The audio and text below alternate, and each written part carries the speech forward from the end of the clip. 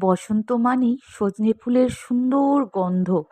আর তার সঙ্গে যদি চিংড়ি মাছ দিয়ে হয় তাহলে তো জবাবই নেই। খুব চটজলদি এটা হয়ে যায়।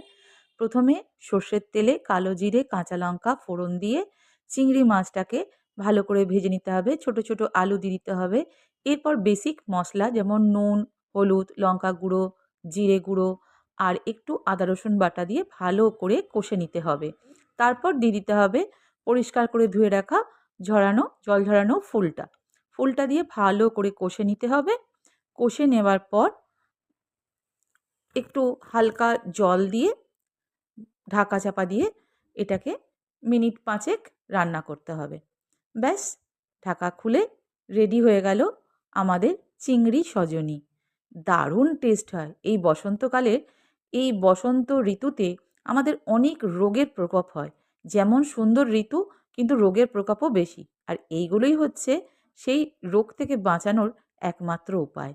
তাহলে আমাদের চিংড়ি সজনি কেমন লাগলো তোমাদের?